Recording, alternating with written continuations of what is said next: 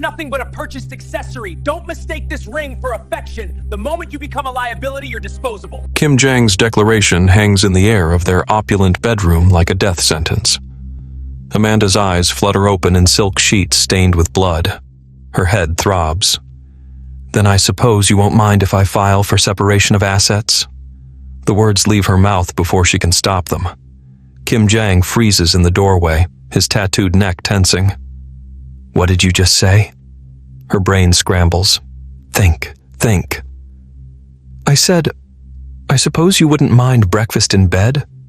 The fall must have scrambled my hearing. She touches her bandaged head with mock innocence. His eyes narrow to slits. Where's your makeup? In the trash where it belongs. Amanda meets his gaze without flinching. Surprise, husband. This is what your accessory actually looks like. He crosses the room in 3 strides, gripping her chin roughly, examining her face. Who did the surgery? Which family sent you? Surgery? She laughs, actually laughs at him. I just stopped hiding behind foundation thick enough to bulletproof a car. You know, one benefit of nearly dying? Clarity. Life flashed before my eyes and I thought, why am I wasting expensive makeup on a man who doesn't even look at me? His thumb traces her jawline, searching for surgical seams. She can feel his breath, see the confusion cracking his cold mask. Wait. If you want to know how this underestimated woman transformed the cold Mafia CEO's entire world, hit that subscribe button now. Drop your location below. Are you watching from the US, UK, or Canada? I need to know where my story family is. This story goes places you won't expect. Do it right now. Because here's the truth. That 52% who watch without subscribing, they might miss the next chapter. The algorithm won't show it to them. But you can make sure you don't miss a single moment of Amanda's twist. Hit that subscribe button. It's free. Done that? Good. Now let's dive in. Good morning, by the way. Her voice drops to something almost playful. Did you sleep well, darling? Or were you too busy plotting someone's murder? The pet name makes his hand tighten on her face. Dangerous territory. The fall affected your brain, he says, but there's uncertainty in those ice-cold eyes. Actually, it unaffected it. Amanda reaches up, her fingers wrapping around his wrist, not pushing away, but holding on. Funny thing about head trauma. Some memories disappeared, but my survival instincts, crystal clear now. Remove your hand. You grabbed me first. She doesn't let go. If you didn't want me to react, maybe don't try to strangle inspect your wife before breakfast. Just a thought. For 3 heartbeats, they stay frozen, his hand on her face, her hand on his wrist, his expression wavering between rage and something else entirely. Then he jerks away, adjusting his black suit jacket. We're in a marriage of convenience. Those were the terms. Don't forget your place. Oh, I remember my place. Amanda's smile is all teeth. Purchased accessory, potential liability, disposable wife. Got it. She pauses, tilting her head. But here's the thing, husband. If I'm disposable anyway, I might as well be comfortable while I'm here. So yes, I'll be calling you darling from now on. Consider it my little rebellion. The shock on his face is absolutely priceless. Kim Jang watched in silence as the physician unrolled a set of sterile instruments across the polished teak table. The room smelled faintly of antiseptic and old wood, a combination that made Amanda feel as though she were being prepared for dissection rather than examination. The forensic specialist, a wiry man with the stiff posture of someone used to handling corpses rather than the living, gave her a curt nod before slipping on a pair of gloves. You'll forgive the intrusion, Kim said, his voice calm and deliberate, as though this were an ordinary business transaction. But I need to be certain you are who you claim to be. Amanda raised an eyebrow, her tone laced with a dry, biting humor that seemed to irritate him as much as it fascinated him. I wasn't aware identity verification required a strip search. Should I be flattered or concerned? Kim didn't answer. He merely gestured for the doctor to begin. The physician's touch was clinical, almost detached, but the humiliation burned in Amanda's chest all the same. She stood in the center of the room under the harsh glow of an overhead light, the chill of the air making every nerve stand on edge. The men worked with silent efficiency, checking her hairline for scars, her wrists for needle marks, her back for signs of implants or hidden tattoos. When the forensic specialist brought out a small UV scanner, Amanda smirked. Looking for government barcodes now? Or just making sure I'm not a particularly clever robot? Kim's lips twitched, almost a smile, almost not. You'd be surprised what kind of technology our enemies use. Better to be thorough. Thorough, she repeated, her voice sharp. That's one word for it. The doctor examined her face carefully, fingers tracing the delicate curve of her jaw. No signs of cosmetic alteration, he murmured to Kim. No subdermal implants either. Skin tone consistent throughout. No scars beyond a few minor ones. Normal accidents. Amanda caught Kim's gaze as the report was delivered. His eyes were unreadable, black pools of calculation. She hated how steady they made her feel, even under the scrutiny. The forensic specialist moved on to fingerprint verification and a retinal scan, his machines humming quietly in the stillness. When Amanda spoke again, her voice was softer, edged with irony. If you wanted to get to know me this intimately, you could have just asked. I prefer dinner first. Kim exhaled, slow and measured. Dinner is for those I trust. And this isn't about trust, she said, tilting her head. It's about control. For a fleeting moment, something flickered behind his calm mask.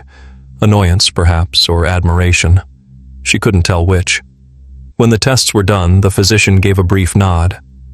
No evidence of surgical tampering. No biometric anomalies.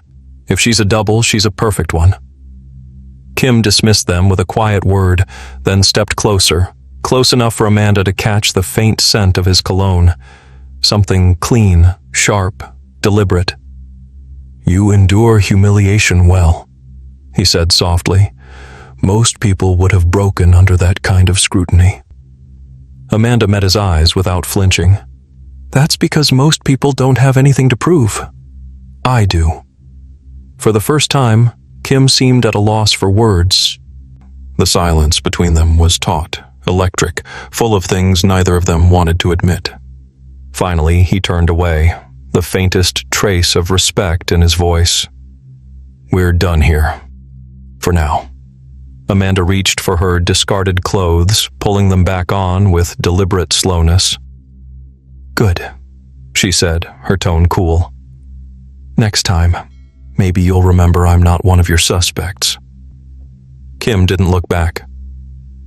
That remains to be seen. The door closed behind him with a quiet click, leaving Amanda alone with her thoughts, and the unsettling knowledge that something between them had shifted, though neither of them yet knew in which direction. The night shimmered with excess. Crystal chandeliers dripping gold light, violins murmuring above the low hum of money, power, and whispered threats. Amanda stood at the top of the marble staircase, one hand resting on the crook of Kim Jang's arm. Every gaze in the underground gala lifted to them, as though the air itself paused. They weren't just watching the new couple. They were weighing her, the foreigner, the outsider, the girl who wasn't supposed to fit into this world of silk and blood. Amanda met their eyes one by one, her lips curving into a smile that didn't waver. If they expected her to tremble, to cling to her husband's shadow, they'd be disappointed. She was no trembling debutante. She was fire wrapped in satin. Kim Jang said nothing, only guided her through the crowd, his expression cool and unreadable. But she could feel it, the quiet tension in his shoulders, the way his hand stayed at her back, both possessive and protective. It was strange how much that steadied her. He was feared here. She, on the other hand, was the evening's entertainment. Then she saw him, Evan, her former crush, the golden boy of the rival Lee family, the same man who once called her too soft for this life. He stood across the room, whiskey in hand, his mouth parting slightly as their eyes met. For a heartbeat, something old and foolish stirred inside her, the echo of a girl who'd once dreamed of love stories instead of alliances. But then Amanda smiled past him, clean, dismissive, effortless. She turned to a nearby couple and began chatting as if Evan were nothing more than a waiter drifting by with champagne. That dismissal hit harder than any insult could. She saw it in his tightened jaw, the way he looked away first. And in that moment, Amanda realized how much power came from indifference. The evening blurred with introductions, compliments dipped in poison, and laughter that hid sharp edges.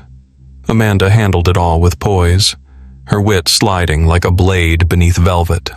When a rival boss's wife, draped in diamonds and arrogance, decided to make her move, Amanda almost felt sorry for her. "My dear," the woman purred loudly enough for nearby ears. "You must tell us, what was it like trading waitressing for, well, this?" Her hand waved lazily toward Kim Jang, toward the world Amanda had supposedly stumbled into by luck or lust. Amanda tilted her head, the corners of her mouth lifting. "Oh, it was a learning curve," she said sweetly. "But I suppose we all climb, don't we? Some of us up, some of us over whoever's husband has the best position." The woman's smile cracked like porcelain. A ripple of laughter spread through the group, discreet, nervous, but real. Amanda didn't look away, holding her gaze until the woman dropped her eyes first. It was over in seconds, but the victory was absolute. Kim Jang's hand brushed against hers, a small, silent touch. When she glanced up, she caught it, his first real smile of the night. It wasn't mocking or cold. It was something like pride. As the night deepened, Amanda realized the truth. She no longer needed to pretend. Every whispered rumor, every appraising glance only fed her strength. She wasn't just Kim Jang's wife. She was a force stepping into her own legend, one that even the underground would learn to respect.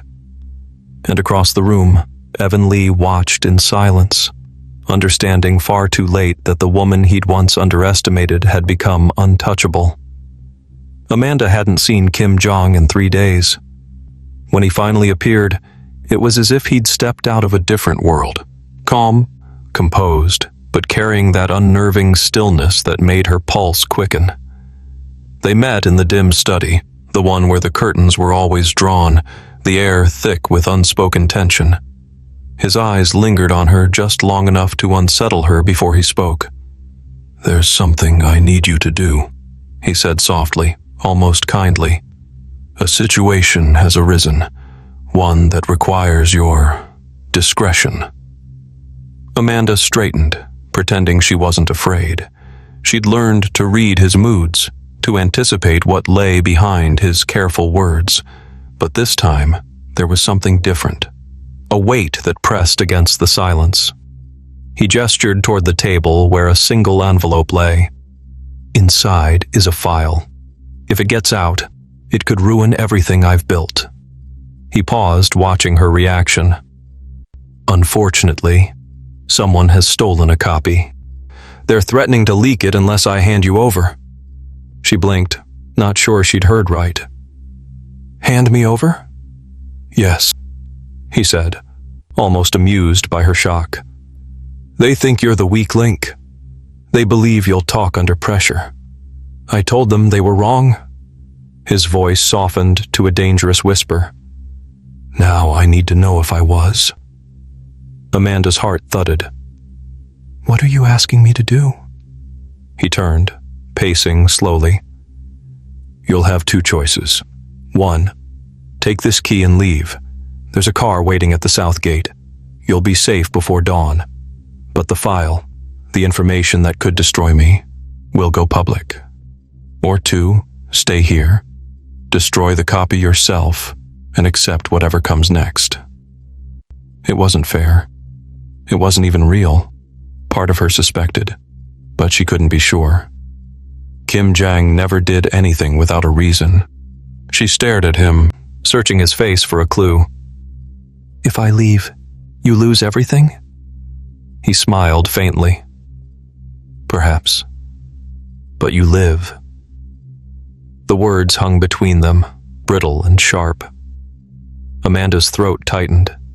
She thought of the things she'd done for him, the things she'd justified in the name of survival. She thought of how he'd saved her once, or maybe how he'd trapped her in a debt that could never be repaid.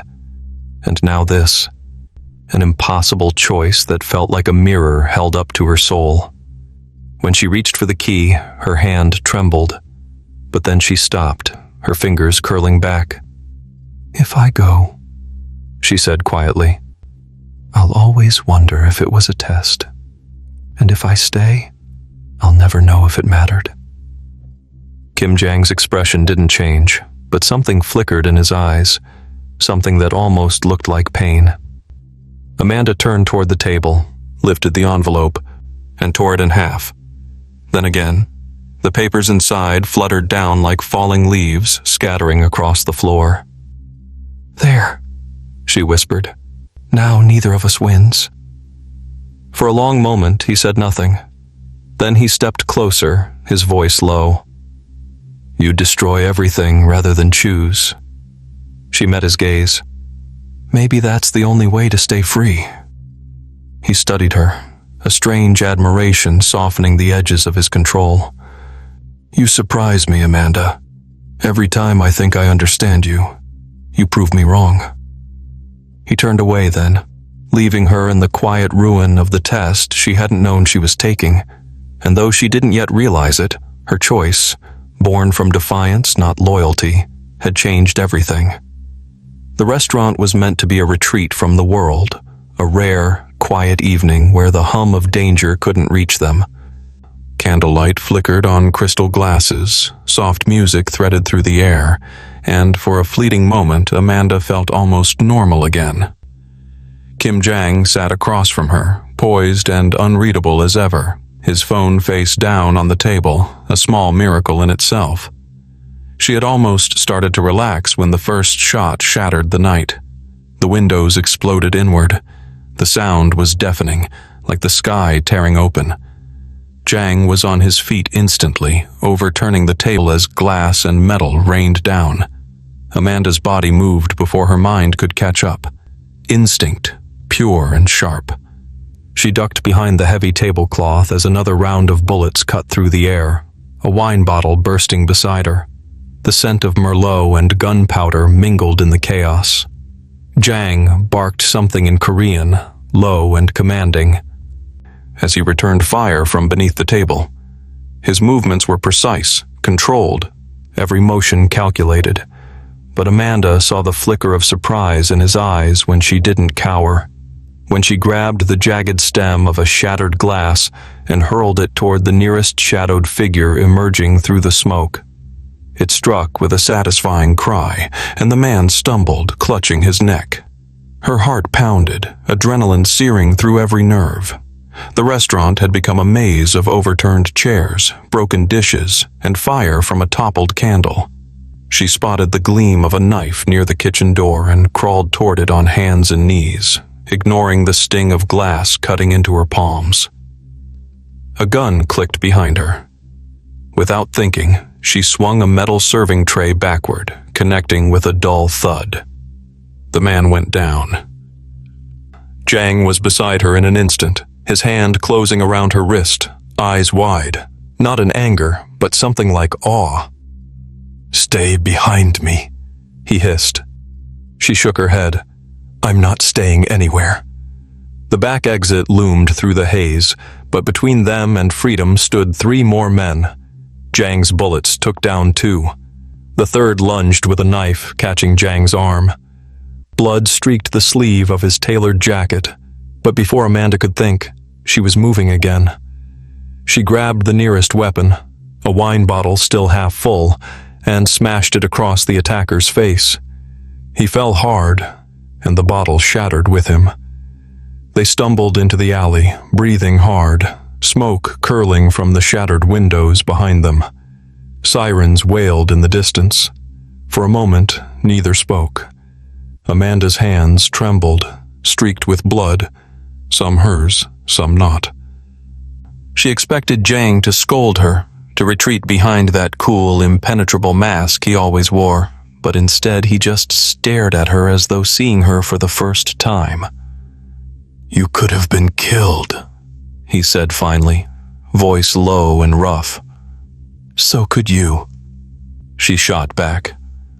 Something softened in his expression, just a fraction, but it was enough. The ruthless precision in his posture faltered, replaced by a quiet respect he didn't bother to hide. "You're full of surprises, Amanda." She managed a shaky smile. "You married me without reading the fine print." He let out a breath that might have been a laugh or maybe disbelief. The distant sirens grew louder, reflecting blue and red against the alley walls. Jang reached for her hand briefly before pulling away, but in that fleeting touch, something unspoken passed between them. Trust, or maybe the beginning of it. As the night closed around them, Amanda realized she wasn't just surviving anymore. She was changing, piece by piece, into someone neither of them had expected.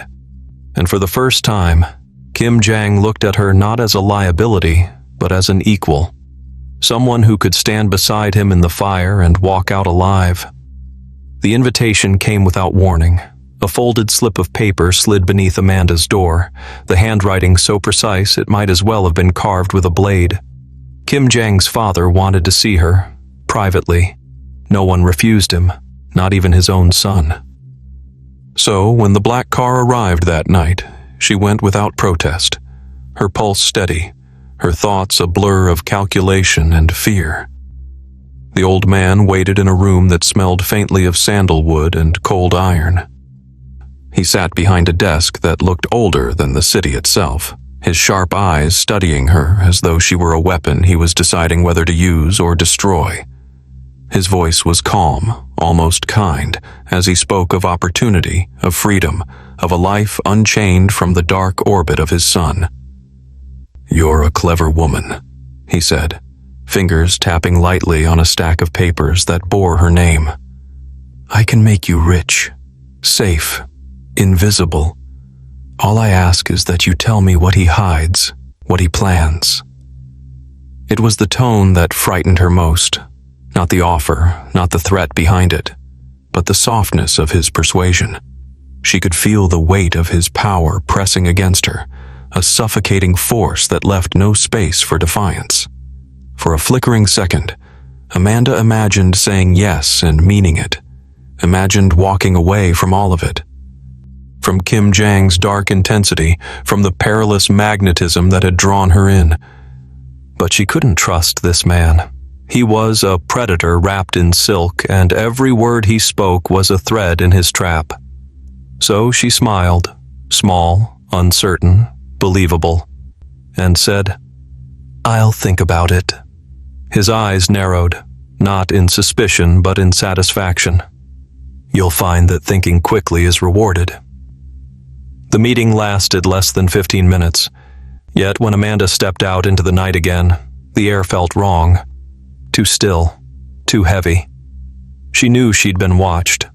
Cameras, eyes, ears, none of it escaped Kim Jang's reach. His father's power might have been ancient, but his son's control was absolute. Back at the estate, she tried to move as if nothing had changed. The corridors seemed endless that night, her reflection in the mirrored walls a stranger's face. When she saw Kim Jang waiting in the study, his posture rigid, his gaze unreadable, her breath caught. He didn't ask where she had been. He didn't need to. A flicker of surveillance footage had already told him everything. The car, the meeting, the smile she'd given his father. It burned behind his eyes now, a betrayal he couldn't name yet already believed. "Did you enjoy your little visit?" he asked quietly, too quietly. Amanda's throat tightened. She could lie. She'd done it before. But something in his voice told her that lies might kill her faster than the truth. Still, she had survived this moment, this impossible balance between two men who saw her as both pawn and prize. "I went because I had no choice," she said, forcing her voice to stay calm. "He wanted me to betray you. I told him I'd think about it. That's all." Kim Jang said nothing for a long time.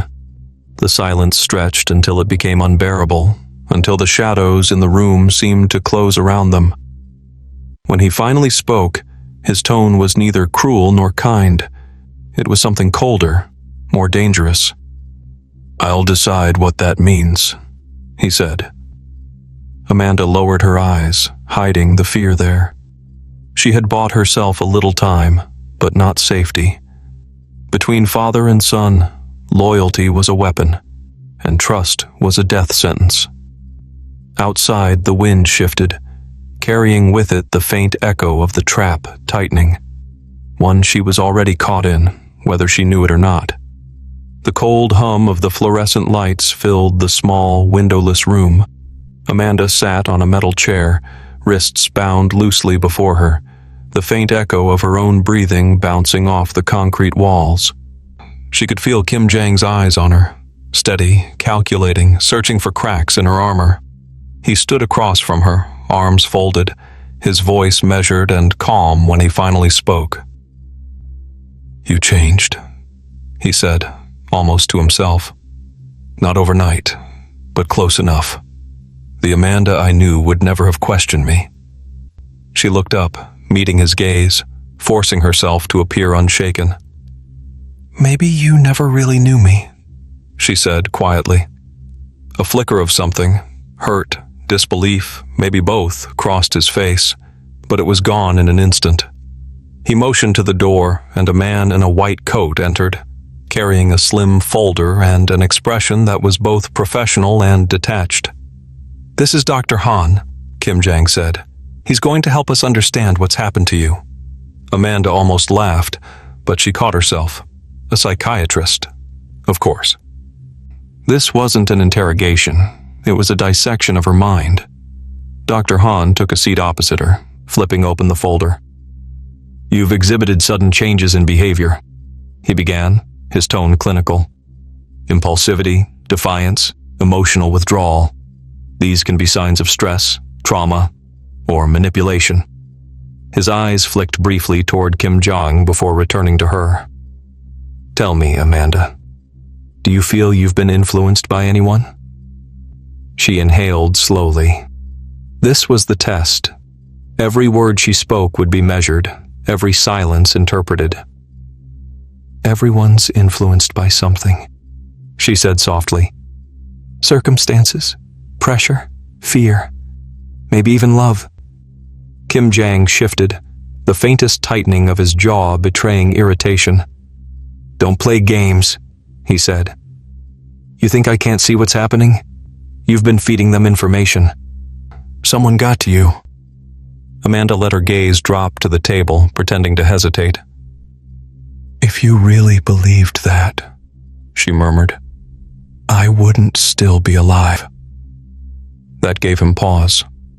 The silence stretched between them, taut as wire. Dr. Han scribbled something in his notes, the scratch of his pen unnervingly loud. Amanda knew she couldn't win this by defiance alone. She had to make him believe she was still his ally, that the woman sitting before him, the one who had grown sharper, braver, and less afraid, was still on his side.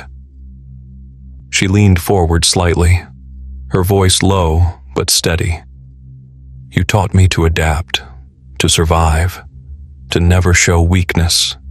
Isn't that what I'm doing now? You wanted me strong. Now you're afraid of what that looks like. For a moment, the mask slipped from his face. The control, the confidence, gone, replaced by something darker and more fragile. He turned away, pacing, trying to gather himself. You think you're clever, he said, his back to her, but clever people die just as easily. Amanda didn't flinch. Then you'll have to decide, she said. Is killing me worth proving you're right? The silence that followed was suffocating. Dr. Han closed his folder, stood, and quietly excused himself. When the door shut behind him, it was just the two of them again. Kim Jang approached slowly, his expression unreadable. He crouched beside her, his voice dropping to a whisper. If you're lying to me, Amanda, I'll know. She met his gaze, unblinking. Then look harder. For the first time since it began, he looked uncertain, not of her guilt, but of himself. He straightened, said nothing, and walked out, leaving her alone in the echoing quiet. Amanda exhaled, her pulse steady now. The interrogation had ended, but the real war, the one inside his mind, had just begun. The night air and soul carried a kind of quiet tension, the kind that precedes change. Amanda had learned to read that tension in people, in rooms, even in the softest silences. Kim Jang's world was a web of power, loyalty, and secrets, and she was now standing inside it, half invited, half daring herself to stay. If she wanted to earn her place beside him, she'd have to do more than impress him with words. She'd have to prove her worth in a language his world understood. Action. Rumors had begun to ripple through his organization, whispers of someone leaking information to a rival faction. Kim Jang's trust, like his temper, was measured in degrees, rarely given, easily withdrawn. He hadn't asked Amanda to find the traitor, but she saw the challenge in his eyes. The task was too delicate for brute force. So she watched. She noticed who hesitated when Jong entered a room, who avoided eye contact, who smiled a fraction too late when his name was mentioned. People gave themselves away in details, and Amanda collected details the way others collected favors. It was a small inconsistency that caught her attention, a guard's schedule that didn't align with a shipment's arrival, a message that arrived seconds before it should have been possible. She didn't accuse right away. Instead, she followed the pattern, weaving it together until it formed something undeniable. When she finally brought her findings to Kim Jang, she didn't do it with triumph, but with precision. It's Lee Sang-min, she said quietly. He's been passing intel for weeks, disguised in logistics updates. Kim Jang said nothing for a long while, his gaze cold and unreadable. When he finally ordered his men to act, it was swift and merciless. The fallout was contained before dawn, and when he turned back to Amanda, there was something different in his expression. Not warmth, exactly, but recognition. She hadn't just solved a problem, she had restored control to his empire. Yet what changed everything wasn't the exposure of a traitor, it was what she did next. His younger sister, Hana, was a delicate shadow in the mansion, beautiful, poised, and heartbreakingly resigned. Amanda saw the fear in her eyes the night the engagement was announced. The man chosen for her was twice her age and cruel in ways polite society ignored. Kim Jang accepted it as a matter of duty. Hana accepted it as fate. But Amanda couldn't. She met Hana in the garden, where the winter camellias bloomed despite the cold. You don't have to do this, Amanda told her, voice steady. There's always a way out, even when men like your brother and his allies tell you there isn't. Hana's trembling hand clutched hers, and that was all the permission Amanda needed. The escape was a quiet storm, a forged passport, a smuggled car, a discreet flight under a different name. Amanda handled it all with the same focus she'd used to unmask the traitor. When Kim Jang found out, fury and disbelief collided in his eyes. "You went behind my back," he said, each word cutting like glass. Amanda met his glare without flinching. "I did what you couldn't," she replied. "You protect your world. I protect what's left of hers." For a moment, the silence between them was unbearable. Then, something shifted. The man who ruled through fear and control saw her not as an intruder, but as a force that refused to bend. By the time dawn broke, Kim Jang hadn't forgiven her, but he hadn't stopped her either, and that was its own kind of victory. In that fragile space between loyalty and defiance, an alliance began to form, not built on power, but on the rarest thing either of them had ever known: trust. The night had an unnatural stillness, the kind that presses on the lungs and makes every breath sound too loud. The fortress loomed ahead, carved from cold stone and arrogance, its lights dim and flickering like the last pulse of an empire. Inside, the air was sharp with the scent of gun oil and betrayal. Amanda's pulse drummed against her ribs as she followed Kim Jang through the narrow corridor, every step echoing like a countdown. The father waited in the grand hall, his back to them, framed by towering windows that overlooked the frozen valley. His silhouette was rigid, proud, an immovable monument to power. Kim Jang's voice, steady but low, broke the silence first. He spoke of peace, of endings, of debts that didn't need blood to settle.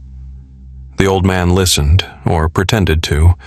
His hands rested on the edge of the desk, the faint tremor in his fingers betraying years of battles fought and ghosts that refused to die.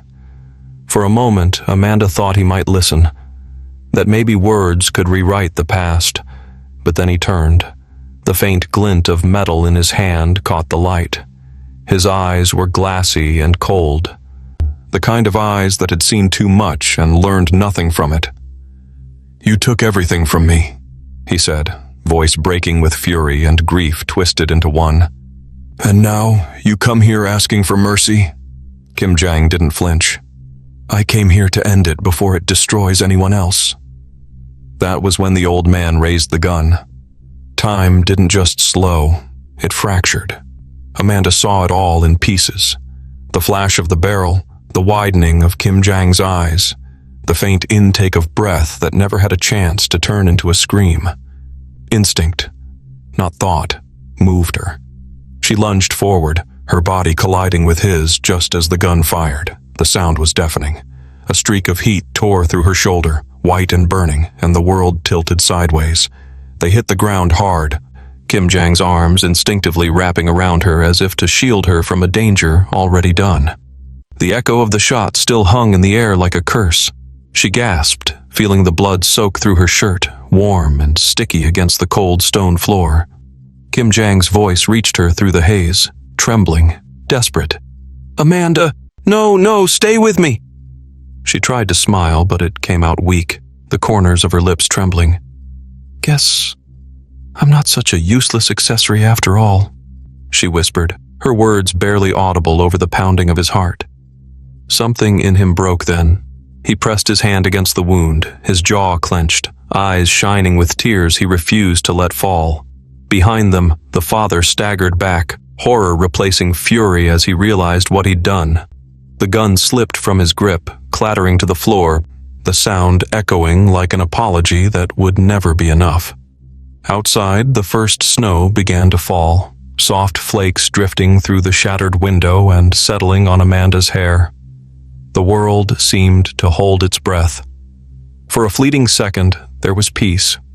Not in victory, not in forgiveness, but in the fragile space between one heartbeat and the next. Kim Jang held her closer, his voice breaking as he whispered her name, again and again, as though repetition could bind her to this world. And as the fortress fell silent around them, the night carried the faint echo of her last, almost laughing breath. Amanda woke to the faint hum of machines and the sterile scent of antiseptic. The ceiling above her was white, spotless, and far too quiet. Her shoulder ached, a deep, pulsing reminder of the chaos that had brought her here, but the moment she tried to move, a hand closed around hers, warm, steady, and possibly familiar. Kim Jang sat beside her, his usual sharp composure dulled by exhaustion. His suit jacket was crumpled on the couch, tie loosened, and his eyes, those sharp, assessing eyes, were ringed with sleepless shadows. For a man who commanded empires and silenced boardrooms with a single look, he seemed strangely human now. "You're awake," he said, voice low, almost rough. Amanda blinked at him, confusion mixing with relief. "How long have you been here?" 3 days. He said it simply, like it was nothing. But the unshaven edge to his jaw, the untouched food trays, told her otherwise. 3 days of not leaving her side, 3 days of waiting. Her fingers shifted beneath his. And that was when she noticed it, a black card pressed between her palm and his. The weight of it was small, but the meaning enormous. His card, the one that opened every door, every account, every secret of his empire. She looked at it, then at him, half expecting some cold transactional explanation. Instead, he said quietly, "You've got full access. Everything that's mine." He paused, eyes searching hers. "I was wrong about you." Amanda's breath caught. "You're not a liability," he went on, his voice roughening like gravel dragged over memory. "You're the only person in this rotten world I'd trust with my life." The air between them changed. Something fragile yet fierce unfurled inside her chest. She didn't speak. She couldn't. And he didn't seem to need words. From the inside pocket of his jacket, he drew out a small, polished box. He opened it, revealing a slender jade bracelet, the green deep and soft, the kind of thing that looked both priceless and impossibly personal. "This belonged to my mother," he said. "She wore it the day she became part of the family. It's not a symbol I give lightly." Amanda lifted her arm, trembling slightly, as he slipped it over her wrist. The jade was cool against her skin, but his fingers lingered there, brushing warmth into the space where it rested. For a moment, she thought he might pull back, put the mask of the untouchable king back in place. But he didn't. Instead, he leaned closer, his breath mixing with hers, the sharp scent of hospital antiseptic replaced by something darker, warmer. Him.